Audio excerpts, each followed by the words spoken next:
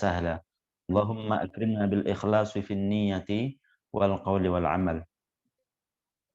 Para jamaah yang dirahmati oleh Allah Subhanahu wa taala, puji syukur kita panjatkan kepada Allah karena pada sore hari ini Allah masih memberikan kita kesehatan, masih memberikan kita kesempatan sehingga insya Allah kita masih bisa melanjutkan kajian rutin kita mengkaji Ilmuddin Ad-Daruri dari kitab Al-Mukhtasar dalam keadaan sehat wa afiyah.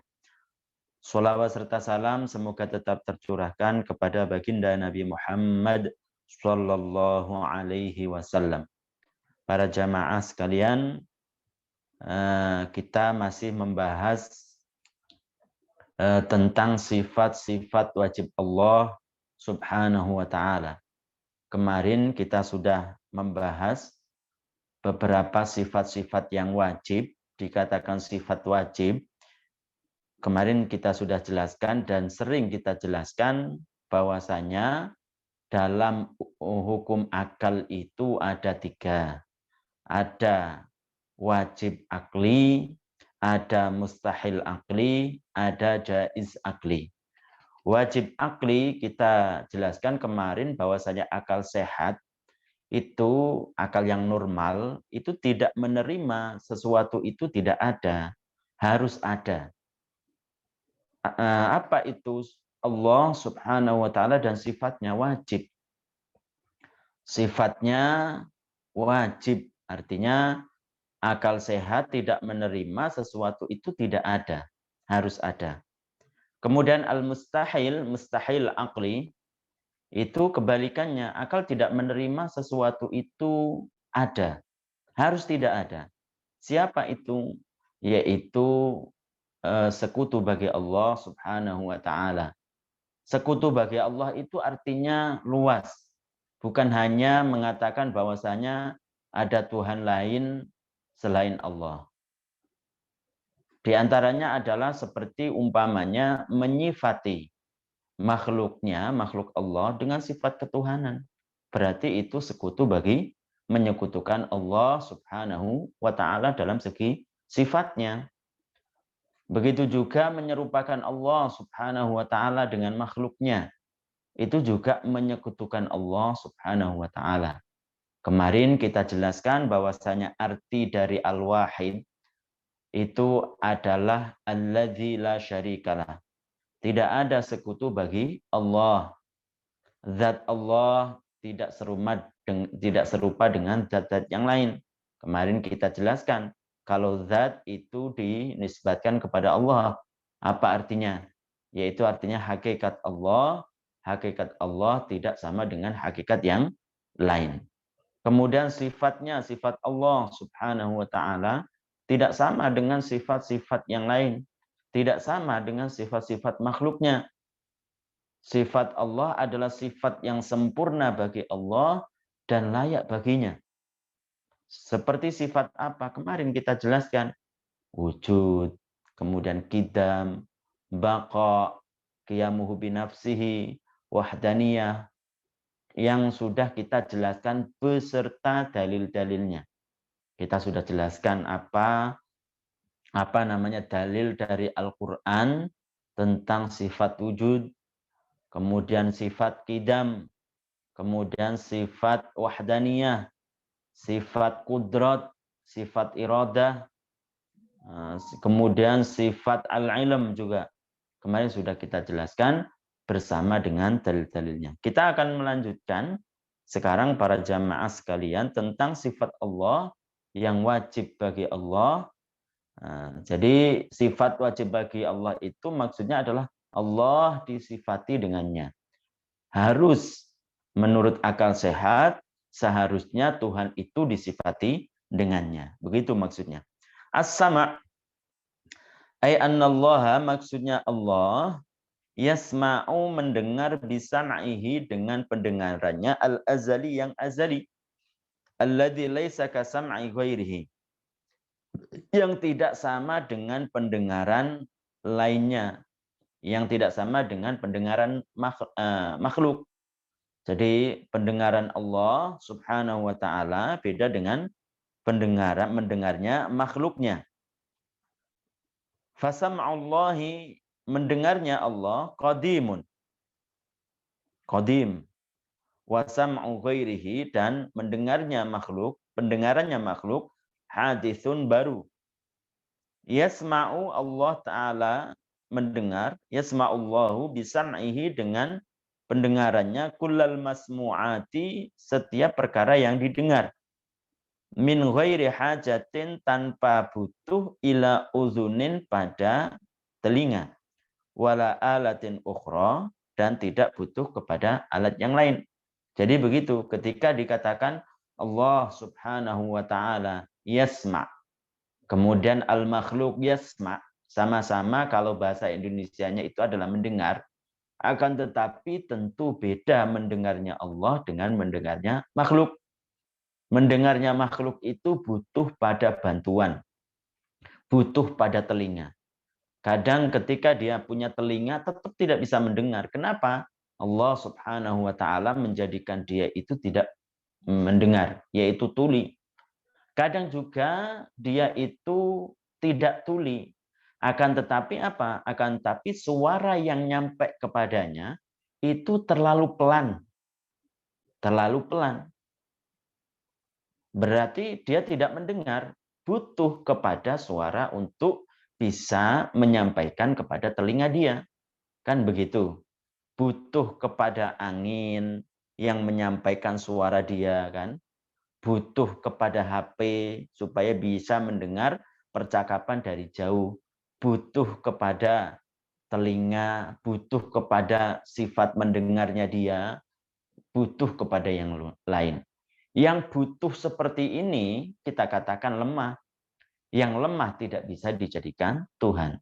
Makanya kalau ada seseorang menyifati Allah, mendengarnya Allah itu dengan telinga, mendengarnya Allah Subhanahu wa taala itu dengan dengan alat bantu yang lain, maka tentu dia menyifati Allah dengan sifat lemah. Berarti tidak ada bedanya antara Allah Subhanahu wa taala maksudnya dengan makhluk. Jadi tidak ada bedanya berarti antara Allah dengan makhluk karena sama-sama lemah. Padahal termasuk dari sifat ketuhanan itu adalah qiyamuhu binafsihi. Kemarin kita jelaskan. Salah satu sifat ketuhanan adalah mustaghnin, yaitu apa? Tidak membutuhkan angkul lima siwa. Tidak membutuhkan kepada yang lain. Jadi sekali lagi, ketika seseorang menisbatkan Allah Subhanahu wa taala butuh, itu bukan dengan mengatakan Allah taala butuh, Allah taala membutuhkan. Ini bukan. Artinya hanya dengan menyifati Allah dengan sifat-sifat makhluknya, maka menyifati Allah dengan sifat butuh. Berarti menyifati Allah Subhanahu wa taala dengan sifat butuh. Seperti halnya kita butuh kepada kursi, seperti halnya kita butuh kepada makhluk yang lain, butuh kepada bantuan orang lain. Maka kalau Allah Subhanahu wa taala disifati dengan sifat makhluknya, maka menyifati Allah dengan sifat butuh. Kalau butuh berarti lemah, kalau lemah tidak bisa dijadikan Tuhan. Gitu. Kemudian al-basar. Sifat yang berikutnya adalah al-basar, wal-basar.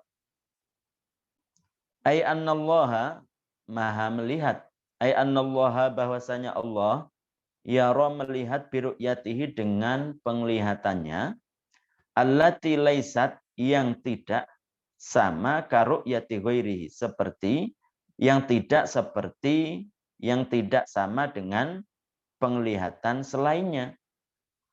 Fabasarullahi, melihatnya Allah, qadimun. Qadim artinya qadim sekali lagi tidak sama dengan makhluknya. Itu intinya begitu. tidak sama dengan makhluknya. Karena yang dibicarakan adalah tentang melihatnya Allah, berarti qadim artinya adalah Allah melihat tidak butuh kepada mata. Allah melihat tidak butuh kepada kelopak mata, tidak butuh kepada sinar. Begitu maksudnya. Wa basaru ghairihi, dan melihatnya selain Allah, yaitu makhluk, hadithun, yaitu baru. Baru artinya apa? Artinya tadinya tidak ada menjadi ada. Berarti kalau tadinya itu tidak ada, berarti kan nanti sewaktu-waktu itu tidak ada. Berubah, yang asalnya tidak ada kemudian menjadi ada, kemudian habis itu tidak ada lagi. Berubah dari satu keadaan ke keadaan yang lain. Maka kalau berubah, itu tidak layak dijadikan Tuhan. Tidak bisa disematkan kepadanya sifat-sifat ketuhanan. Meskipun satu sifat. Begitu. Kemudian, yara Rabbuna, Allah Ta'ala, Tuhan kita, melihat bibasorihi dengan sifat melihatnya kullal mubsoroti, setiap perkara-perkara yang dilihat. Fayara dzatahu, maka Allah Ta'ala melihat zatnya, wa makhlukatihi, dan makhluknya, min ghairi hajatin, tanpa butuh, ila hadakotin, pada hadakoh, yaitu apa namanya, bulu mata, ataupun mata, atau kelopak mata itu, atau apa namanya, yang hitam pada mata itu, atau yang putih pada mata tersebut. Tidak butuh pada itu. Wala alatin ukhra, dan tidak butuh kepada alat yang lain. Tidak butuh kepada alat yang lain. Jadi para jamaah sekalian yang dirahmati oleh Allah Subhanahu wa Ta'ala, sifat mendengar Allah, sifat melihat Allah itu qadim. Artinya tidak sama dengan sifat mendengar dan melihatnya makhluk. Jadi kalau makhluk bisa melihat, harus dengan mata. Harus dengan mata. Biasanya kan begitu. Kalau dia tidak mempunyai mata, tidak bisa melihat. Ya. Kemudian juga ketika dia punya mata juga, matanya itu normal. Ada orang punya mata, tapi tidak normal. Kenapa? Karena dia sakit. Karena dia rabun umpamanya. Sudah jauh, ataupun dia hanya bisa melihat perkara-perkara yang dekat. Butuh apa? Butuh kepada kacamata. Butuh berarti lemah. Butuh berarti lemah. Kemudian butuh kepada sinar. Ada seseorang punya mata juga, penglihatannya normal. Tapi dia di tempat yang gelap. Malam yang gelap, gulita. Kemudian dia mau melihat semut. Semutnya itu warnanya hitam. Kemudian yang ada di batu yang hitam. Coba. Malam gelap gulita. Kemudian apa? Ingin melihat semut. Semutnya itu ada di batu, di atas batu yang hitam. Tidak bisa melihat meskipun dia itu apa? Dia itu penglihatannya normal. Penglihatannya normal. Berarti apa? Butuh pada sinar, butuh kepada lampu, butuh kepada senter, butuh kepada perkara-perkara yang lain yang membuat dia bisa melihat. Kalau butuh, berarti apa? Berarti lemah. Kalau lemah, tidak bisa dijadikan Tuhan, jelas. Jadi kalau ada seseorang menisbatkan, mensifati Allah dengan sifat melihatnya itu dengan mata, dengan kelopak mata, atau dengan butuh bantuan kepada sinar, dan lain sebagainya, maka mensifati Allah dengan sifat yang lemah. Berarti kalau mensifati Allah Subhanahu wa Ta'ala dengan yang lemah, berarti tidak ada bedanya Allah dengan makhluk. Itu tidak bisa diterima oleh akal yang normal, tidak bisa diterima oleh akal yang sehat. Begitu. Dalilnya dari Al-Quran, firman Allah Subhanahu wa Ta'ala, wa huwas sami'ul basir, wa huwa as-sami'ul basir, wa huwas sami'ul basir. Allah yang maha mendengar dan maha melihat. Itu dalilnya dari Al-Quran. Kemudian para jamaah sekalian yang dirahmati oleh Allah Subhanahu wa taala, kita teruskan wal hayatu. Allah mempunyai sifat hidup. Allah disifati begitu, disifati dengan sifat hidup. Ai annallaha, bahwasanya Allah taala hayyun, maha hidup, bihayatin dengan hidup, azaliyatin abadiyah. Azaliyah abadiyah, qadimah azaliyah, qadim, azali sama. Sama artinya. Yaitu apa? Kalau di sini membahas tentang sifat hidup, berarti unsur-unsur yang biasanya dipakai makhluk untuk bisa hidup, maka Allah disucikan darinya, dijauhkan darinya. Seperti apa umpamanya di sini disebutkan latus bihu hayatana. Hidup Allah tidak sama dengan hidup kita. Laisat, bukan biruhin, dengan ruh. Makhluk bisa dikatakan hidup itu kan harus ada ruhnya. Binatang dikatakan hidup, manusia dikatakan hidup, itu ada ruh, butuh kepada ruh. Walahmin, dan daging. Biasanya komponen-komponen yang terdapat pada diri manusia untuk hidup biasanya ada daging, ada roh, seperti itu. Kemudian ada walahmin wadamin, dan darah. Biasanya orang tidak akan hidup kalau tidak ada darah. Biasanya ada seseorang itu kecelakaan. Biasanya sebab kenapa dia itu meninggal karena kekurangan darah. Ada darah tapi kurang, maka dia bisa meninggal. Kebutuh kepada darah. Apalagi tidak ada darahnya sama sekali. Apalagi tidak ada darahnya sama sekali.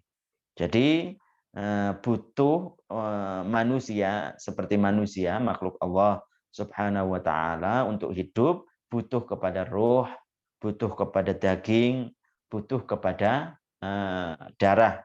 Wa aswabin, dan butuh kepada sumsum. Wa mukhin, dan butuh kepada otak. Jadi butuh kepada ini, komponen-komponen yang kita sebutkan ini, organ-organ tubuh yang kita sebutkan ini terdapat kepada makhluk Allah Subhanahu wa taala. Anggota-anggota badan seperti ini hanya pada makhluk Allah Subhanahu wa taala. Makanya tidak boleh Allah Subhanahu wa taala itu disifati dengan sifat makhluknya. Jangan dikatakan Allah Subhanahu wa taala itu ruh. Jangan dikatakan kepada Allah Subhanahu wa taala itu darah. Jangan dikatakan kepada Allah Subhanahu wa taala itu daging, sumsum, ataupun betis, ataupun tangan anggota badan, ataupun wajah anggota badan, ataupun mata anggota badan. Tidak boleh. Karena itu adalah sifat-sifat makhluk Allah Subhanahu wa taala. Dalilnya dari Al-Quran, seperti kita ketahui bersama, La ilaha illa huwal hayyul qayyum. La ilaha illa huwal hayyu. Hayyu, Allah Ta'ala maha hidup. Kemudian yang berikutnya, para jamaah sekalian yang dirahmati oleh Allah Subhanahu wa Ta'ala, Al-Kalam. Al-Kalam ay annahu subhanahu wa ta'ala, bahwasanya Allah Subhanahu wa taala, Subhanahu wa taala. Apa sih arti subhanahu? Tanazzaha, taqaddasa, maha suci Allah. Maha suci Allah dari apa? An musyabahatil makhluqin, dari menyerupai makhluk-makhluknya. Makhluk punya sifat ini, berarti Allah tidak disifati dengan itu. Makhluk punya sifat ini, berarti Allah tidak disifati dengan itu. Itu maksudnya subhanahu wa ta'ala. Sama.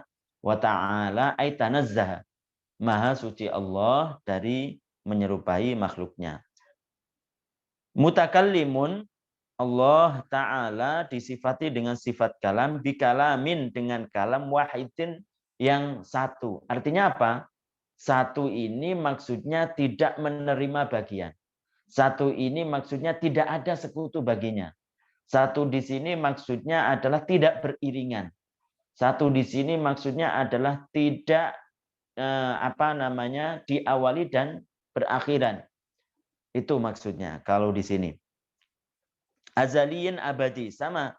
La yubtada'u tidak diawali wala yuhtatamu dan tidak diakhiri. Kalau Allah tidak menerima awalan, tidak menerima akhiran. Laisa harfan bukan berupa huruf, wala sautan bukan berupa suara, wala lugatan dan bukan berupa bahasa.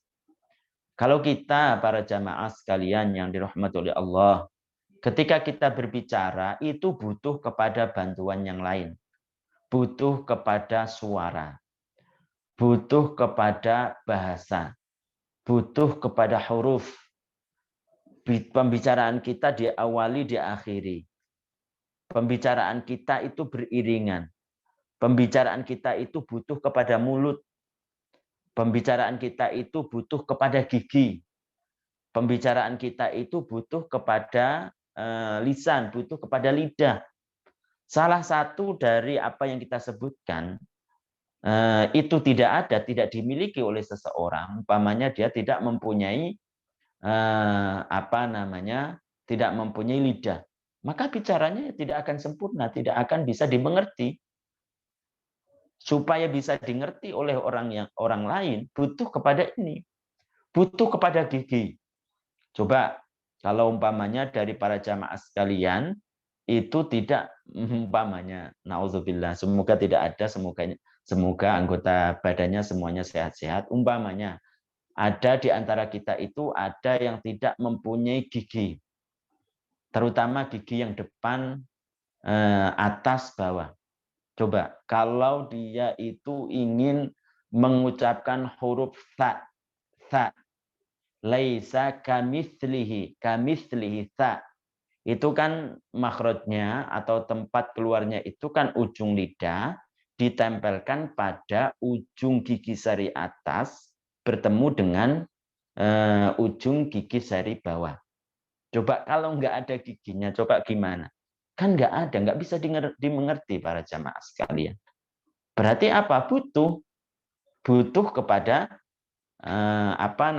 butuh kepada anggota badan ini. Butuh kepada perkara-perkara yang lain supaya bahasa kita dimengerti. Bahasa kita dimengerti. Atau seseorang tersebut itu ingin mengucapkan fa. Faqad qala fa, begitu. Fa itu kan makharijul huruf, tempat keluarnya itu akan bibir yang bagian bawah itu menempel pada ujung gigi sari atas, fa, begitu. Coba kalau dia tidak mempunyai bibir atau dia itu ketika mengucapkan fa itu tidak menempelkan, direnggangkan. Nah, berarti butuh kepada yang hal-hal semacam ini. Kalau butuh itu lemah, yang lemah itu tidak bisa dijadikan Tuhan. Al-ihtiyaju yunafi al-uluhiyah. Ini kaidah. Al-ihtiyaju yunafi al-uluhiyah. Jadi butuh itu menafikan ketuhanan. Jadi artinya sesuatu yang mempunyai sifat butuh tidak mungkin dijadikan Tuhan. Tidak mungkin disifati dengan sifat ketuhanan. Begitu. Kemudian apa dalilnya dari Al-Quran? Firman Allah subhanahu wa ta'ala, wa kallamallahu Musa taklima. Wa kallamallahu Musa taklima. Kemudian para jamaah sekalian yang terakhir itu adalah wal mukhalafatu lil hawadits.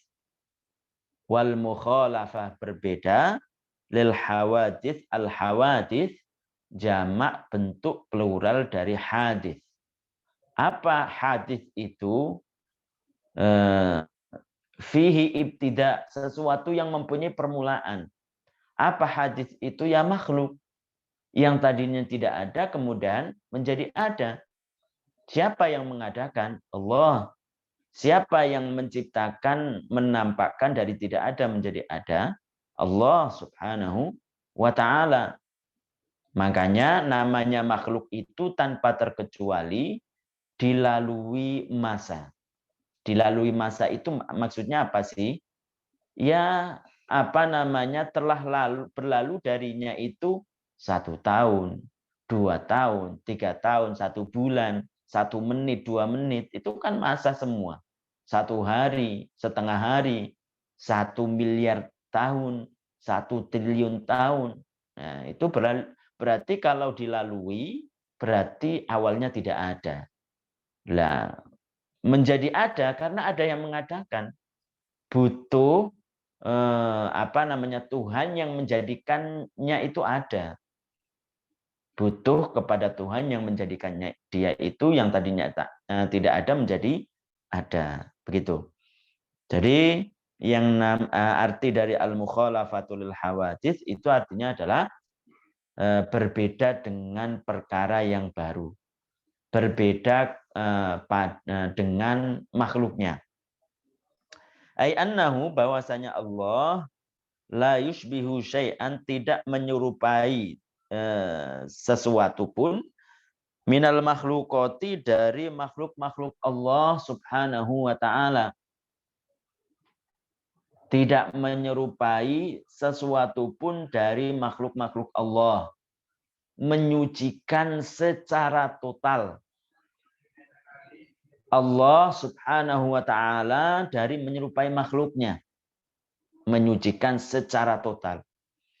Karena jelas dalam Al-Quran firman Allah Subhanahu wa ta'ala, dalilnya yaitu laisa kamitslihi syai'.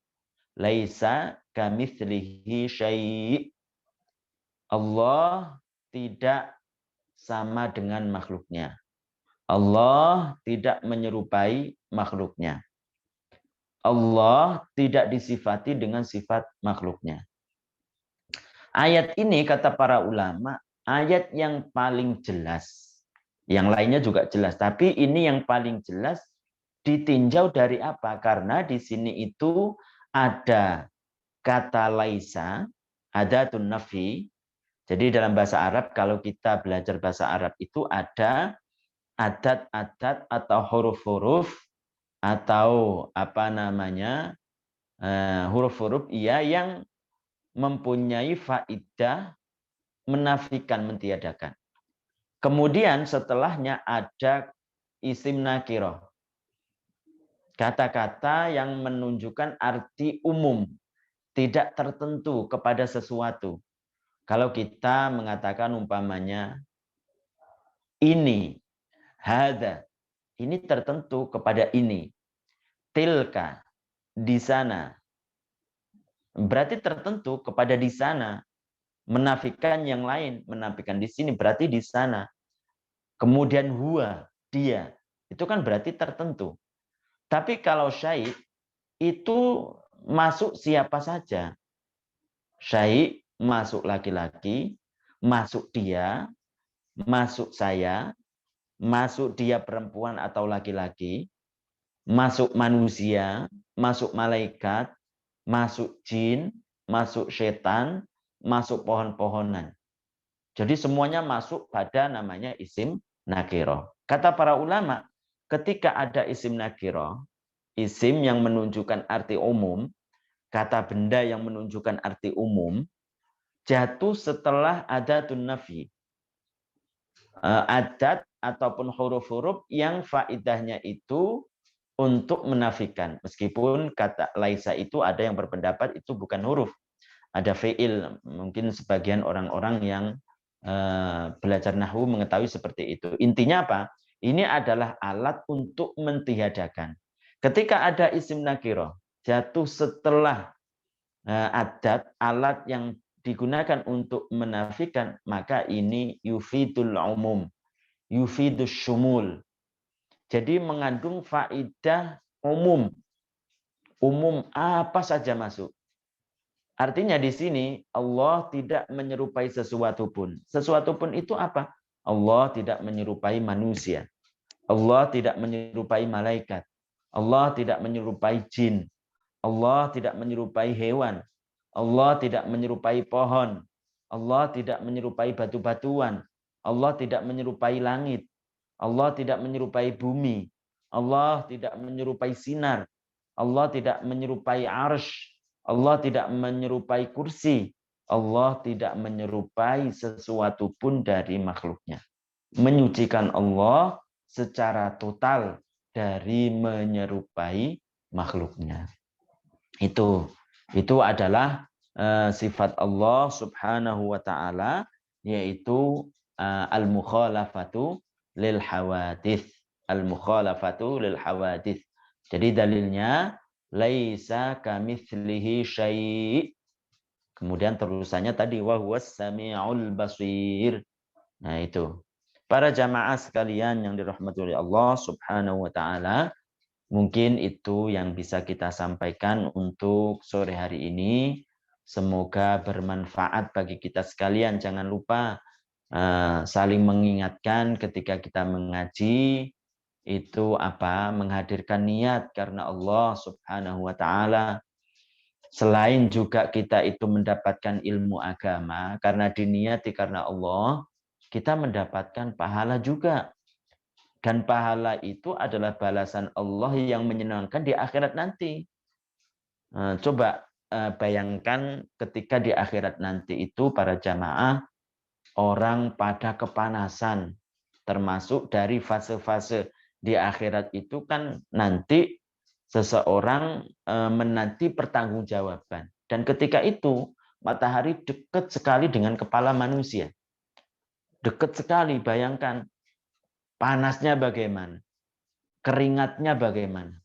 Kemudian dengan keikhlasan dia belajar ilmu akidah, terutama karena ini adalah ilmu yang paling utama, dia mendapatkan ampunan dosa dari Allah, dia mendapatkan kesejukan, mendapatkan naungan, mendapatkan bisa berteduh di bawah arsy Allah, arsy yang diciptakan oleh Allah Subhanahu wa taala. Coba kita aja ketika jalan-jalan di jalan raya umpamanya panas ingin berteduh tidak ada pohon satupun. Ketika itu ada pohon satu tapi tidak cukup rindang, hanya daunnya itu satu tapi lebar. Betapa senangnya kita itu sambil minum, dikasih minum oleh orang-orang yang lewat.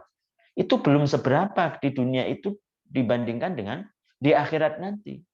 Nah, untuk supaya kita itu selamat di akhirat, supaya kita itu mendapatkan pertolongan dari Allah Subhanahu wa taala, salah satunya adalah memperbanyak amalan, memperbanyak perkara-perkara yang diridhoi oleh Allah, terutama kita memperbanyak amalan itu dengan belajar ilmu agama, terutama ilmu akidah. Para jamaah sekalian yang dirahmati oleh Allah Subhanahu wa taala. Semoga kita memohon kepada Allah, semoga kita termasuk orang-orang yang mati dalam keadaan husnul khotimah, mendapatkan syafaat Nabi, mendapatkan pertolongan-pertolongan Allah Subhanahu wa taala di akhirat nanti. Amin amin ya rabbal alamin. Saya akhiri, wassalamualaikum warahmatullahi wabarakatuh. Sebelum kita tutup, mungkin dari para jamaah sekalian ada yang mau bertanya tentang terutama tentang materi-materi yang kita sampaikan. Mungkin ada yang belum paham atau pahamnya kurang, atau dalil-dalil yang kita sebutkan. Kita harus tahu tentang dalil-dalil tersebut juga. Silahkan, kita siap untuk mengulangi apa yang belum paham atau kurang paham.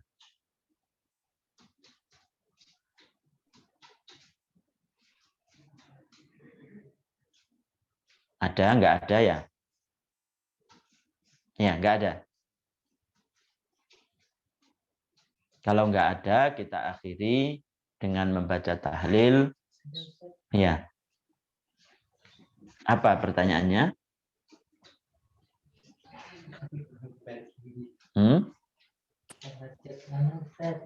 Hah? Apa pertanyaannya? Belum. Kita tunggu sebentar, mungkin ada yang mau bertanya.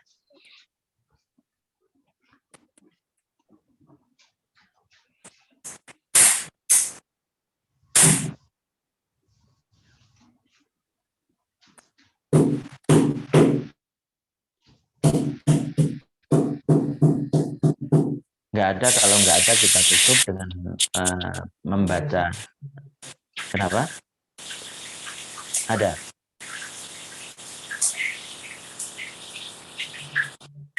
Hmm?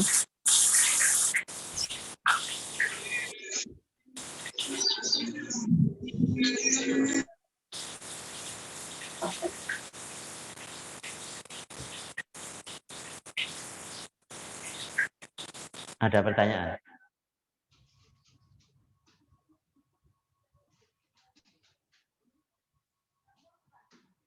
Nggak ada pertanyaannya. Kita tutup. Hah? Kenapa? Perbedaan Wahabi sama Salafi. Oh, perbedaan Wahabi Salafi.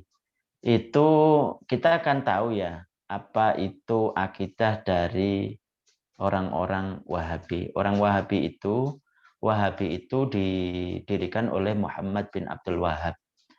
Di antara akidah-akidahnya itu, keyakinan-keyakinannya itu, mereka meyakini Allah Subhanahu wa Ta'ala itu duduk di atas arsy.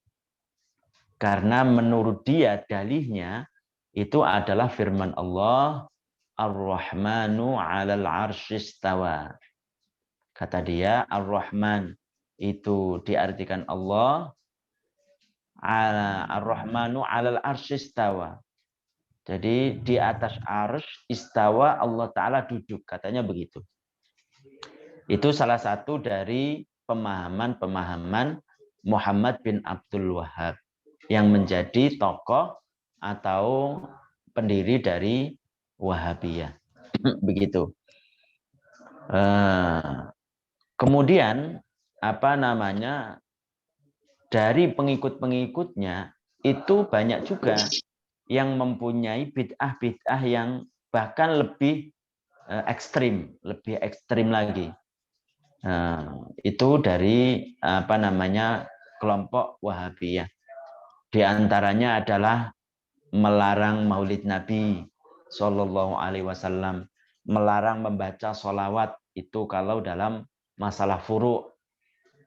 Tapi kalau di antara penyimpangan-penyimpangannya dalam masalah usul yang prinsip, itu tadi menyamakan Allah dengan makhluknya, yaitu mengatakan meyakini Allah Ta'ala duduk. Begitu. Kita kan sudah tahu bahwasanya akidah ini tidak benar.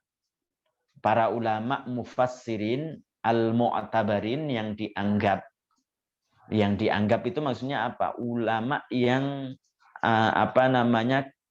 kadar keilmuannya itu diakui, bukan sembarang ulama. Kenapa mereka diakui? Karena dia itu metode belajarnya itu dengan guru-guru sampai baginda. Sehingga pemahaman terhadap yang prinsip-prinsip itu semuanya sama. Ternyata mereka menafsiri Ar-Rahmanu 'alal 'arsy istawa, itu artinya adalah Allah menguasai arsy. Allah menguasai arsy. Nah, kemudian orang-orang yang meyakini seperti ini, yaitu keyakinan meyakini Allah Ta'ala duduk di atas arsy, itu Wahabi. Tapi dalam sejarahnya, orang-orang Salafi itu supaya tidak, karena dengan dalil-dalil yang kita argumenkan, kita tunjukkan kepada mereka, mereka tidak ada bantahan, tidak mempunyai jawaban. Mereka itu hanya bisa mengelabui orang-orang awam. Mereka itu hanya bisa mengajak untuk mengikuti akidahnya kepada orang-orang yang tidak belajar. Begitu. Karena mereka ketika menyebarkan akidah-akidah mereka kepada orang awam, mesti yang mereka bawa itu hadis Al-Quran. Mereka akan mengatakan begini, bukankah Allah Ta'ala berfirman dalam Al-Quran begini? Kamu kalau nggak percaya, maka kamu tidak percaya Al-Quran. Kalau tidak percaya Al-Quran, bagaimana? Mereka mengelabui ataupun mengajak orang-orang awam itu dengan cara begitu. Caranya adalah membawa Al-Quran, membawa ayat ataupun hadis dengan pemahaman mereka, dengan mengatakan kalau tidak percaya dengan akidah-akidah mereka, maka mereka mengatakan kepada orang yang diajak itu bahwasanya itu tidak percaya Al-Quran. Begitu. Sehingga banyak orang-orang yang tertipu dengan mereka. Begitu. Kemudian setelah mereka itu didebat, kemudian berargumentasi dengan ulama-ulama Ahlus Sunnah wal Jamaah yang berilmu, lah sebagian mereka supaya tidak diketahui pergerakan mereka, kemudian membuatlah nama-nama yang baru. Di antaranya itu adalah Salafi. Intinya para jamaah, meskipun namanya itu adalah Salafi, meskipun namanya itu adalah Tabi'i, meskipun namanya itu adalah Khalafi, meskipun namanya itu adalah ulama umpamanya, kalau akidahnya itu adalah sama dengan mereka, maka mereka itu bukan pengikut Ahlus Sunnah wal Jamaah yang dikabarkan oleh Nabi SAW sebagai umat yang selamat. Yang diberitahu oleh Nabi bahwasanya mereka Ahlus Sunnah wal Jamaah, mayoritas umat ini adalah Ahlus Sunnah wal Jamaah, mereka yang selamat. Jadi mereka bukan. Jadi apapun nama yang mereka pakai untuk mengganti, untuk menipu, maka hakikatnya sama. Kita melihatnya dari mana? Bukan dengan nama. Kita melihatnya ataupun bisa membedakan dari mana? Bukan dengan baju. Bukan dengan tapi dengan keyakinan. Keyakinan mereka kalau sama dengan keyakinan di luar Ahlus Sunnah wal Jamaah, meskipun 1000 kali mereka mengatakan mereka pengikut ulama salaf, mereka pengikut daripada para sahabat dan lain sebagainya, maka tidak akan bisa dikatakan seperti itu. Bahkan jauh untuk dikatakan salaf. Salaf itu kalau kita kita bahas, itu kan orang-orang yang hidup di kalangan 300 tahun. 300 tahun pada masa baginda Nabi SAW. Setelahnya disebut khalaf. Itu salaf. Supaya mengelabui atau menipu orang lain, mereka mengambil nama supaya mereka bisa menipu orang lain, menyebarkan akidah-akidah mereka. Jadi intinya apapun nama itu, kita bisa mengetahui mereka dengan akidah mereka, dengan keyakinan-keyakinan mereka. Begitu. Jadi sama itu antara Wahabi dan Salaf, itu Salafi.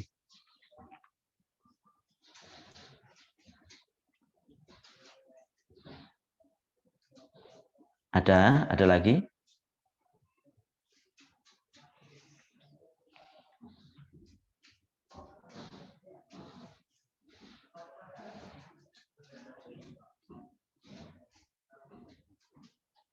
Ada. Kalau nggak ada, kita baca tahlil, sholawat dan istighfar. La ilaha illallah. Allahumma salli ala Muhammad. Rabbi gfirli wa liwalidayya wa lil mu'minina wal mu'minat. Barakallahu fiikum.